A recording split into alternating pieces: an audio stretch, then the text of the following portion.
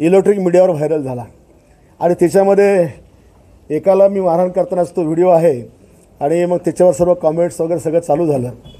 वस्तुस्थिती अशी आहे की गेल्या 4-5 जयंत्यामध्ये शिवजयंती, संभाजी महाराज जयंती, बाबासाहेब आंबेडकर जयंती, एक गांजा पिणारं शहरातमध्ये एक टोळकं असतं। गांजा, बॉन्ड, कॅप्टनचं कॅप्सूल ते घेतात आणि एकत्रित नशा करून मिरवणुकामध्ये घुसून अनेकांना त्यांनी चाकू बसकले, अनेक महिलांना त्यांनी पाठीवर चाकू मारलेत, अनेक मुलींना चाकू मारले। ह्या घटना पोलिसच्या रेकॉर्डला दप्तरामध्ये त्याची नोंद आहे। ज्या दिवशी शिवजयंती निघाली त्या दिवशी देखील आम्ही पोलिसांना सांगितलं की अशा अशा प्रकारचं टोळकं घुसणार आहे। आता वास्तविक एवढ्या 30-40 हजाराच्या क्राऊडमध्ये पोलीस कमी पडली आणि त्यांना शोधायला कमी पडली। पण जयस्तंभ चौकाच्या इकडे गेल्याबरोबर एक मुलगी माझ्याकडे आणि तिची आई धावत आली की हे 2 पोरं यांच्या कमरेला चाकू आहे आणि हे वाद करायच्या तयारीमध्ये आहेत। मी धावत त्या ठिकाणी गेलो, माझा बॉडीगार्ड धावत गेला तर माझ्या बॉडीगार्डने त्याला पकडायचा प्रयत्न केला तर तुम्ही व्हिडिओ बघा, त्यांनी अक्षरशः बॉडीगार्डला खाली पाडलेला आहे। जो आमचा योगेश मुळे आहे त्याला खाली पाडलेला आहे आणि ते दोघं पण शस्त्र घेऊन अटॅक करायच्या तयारीत असताना मी ती काडी इसकली आणि त्याला चाप दिला। आता मिरवणूकमध्ये जेवढ्या काही महिला आल्यात ह्या आम्ही शिवजयंती महोत्सव समितीने आवाहन केलं की कोणाच्या केसाला धक्का लागणार नाही। शिवरायांची जयंती आहे, शिवाजी महाराजांनी देखील त्या महिलांच्या आबरूवर हात घालण्याचे हातपाय छाटलेले हा इतिहास आपल्यासमोर आहे आणि म्हणून कोणी अशी प्रवृत्ती मिरवणूकमध्ये येऊन जर आमच्या आई बहिणीला इजा पोहोचण्याच्या प्रयत्नामध्ये असेल, ती छेड खाण्याच्या प्रयत्नामध्ये असेल तर 100% अशांना चाप द्यायची जबाबदारी ही आमच्या सर्व आयोजकांची किंवा माझी होती आणि ती मी पूर्ण केली। त्याचा मला जराही पश्चाताप नाही आणि अशा प्रकारे माझा कार्यक्रम कोणताही असो असे कोणी गैरकृत्य करण्यात जर घुसले तर मी पोलिसाची वाट पाहणारा माणूस नाही। कारण शेवटी अनेकांनी मला पत्रकार प्रश्न केले की हे काम पोलिसांचं आहे, पोलिसांचं काम असतं तर शहरात गांजा कशाला असता, बॉन्ड कशाला असता, हे लोक घुसले कशाला असते, शहरातल्या गाड्या चोरी कशाला गेल्या असत्या। पोलीस यंत्रणा जर एवढी सक्षम असती तर हे गुन्हेगार घुसलेच नसते।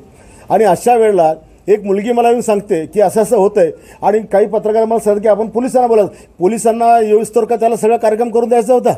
एखाद्या पोरीवर बलात्कार होतो आणि ती हाक मारते आणि ती मी म्हणायचं की मी आमदार आहे, मी त्याला पकडलं नाही पाहिजे, बलात्कार असं वाट पाहिली पाहिजे, हा तमाशा पाहायचा।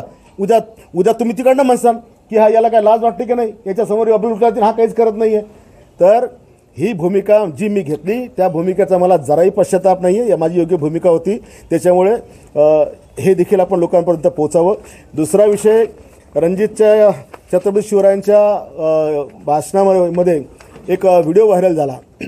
त्या व्हिडिओच्या अनुषंगाने जो गुन्हा दाखल झाला त्याच्यामध्ये माझा जो काही दात होता तो त्यांना दिला, त्यांनी तपासला, त्याच्यामध्ये काही तथ्य आढळलं नाही, त्याच्यामुळे तो गुन्हा देखील संपलेला आहे। चौथा विषय, सगळं संपलेलं आहे, एका शब्दात सांगतो, ते आता तपासला त्यांनी। आता जसं तुम्ही चोरून सगळी माहिती काढता त्यांच्याकडे पण काढा की खरंच तो कसा होता। आता परत त्या वादात जाऊ नका, ते एकटं सांगेन तुम्हाला मी। आता तो विषय संपलेला आहे। तिसरा विषय, हायकोर्टाने 156(3) नुसार जो माझ्यावर गुन्हा दाखल करण्याचं सांगितलं। आता ॲक्च्युली एकाच आठवड्यात ह्या सगळ्या गोष्टी घडल्यानंतर माझ्या काही जवळच्या पत्रकार मित्रांना, काही राजकीय मित्रांना फार आनंद झाला, असुरी आनंद झाला असणार। काहींना वाटलं की आता हे खूप मोठा काही विषय आहे, परंतु 156(3) हे कलम असं असतं की ज्या कलमानुसार अनेक माजी मुख्यमंत्र्यांवर अनेक नेत्यांवर गुन्हा दाखल होतो, कारण त्याच्यामध्ये दुसरी बाजू ऐकल्या जात नसते। एखादी तक्रार पोलीस स्टेशनला दिल्यानंतर त्या तक्रारीच्या पोलिसांनी चौकशी केली, काही तथ्य आढळलं नाही तर त्या अगेन्स्टमध्ये ते लोक कोर्टात जात असतात आणि एकतर्फी ज्याच्यात बाजू ऐकल्या जात नाही। या प्रकरणामध्ये जर मी हायकोर्टामध्ये जर माझी बाजू मांडली असती तर कदाचित हायकोर्टात प्रकरण खारिज झालं असतं, कारण ऑलरेडी या सगळ्या गोष्टीची तपासणी पोलीस करून अहवाल पोलिसांनी दिला आहे की याच्यात संजय गायकवाडचा काही संबंध नाही। साधी गोष्ट आहे, संजय गायकवाडने करोनाच्या काळामध्ये लाखो क्विंटल धान्य फुकट लोकांना वाटलं, त्याची किंमत कितीतरी कोटीमध्ये असेल।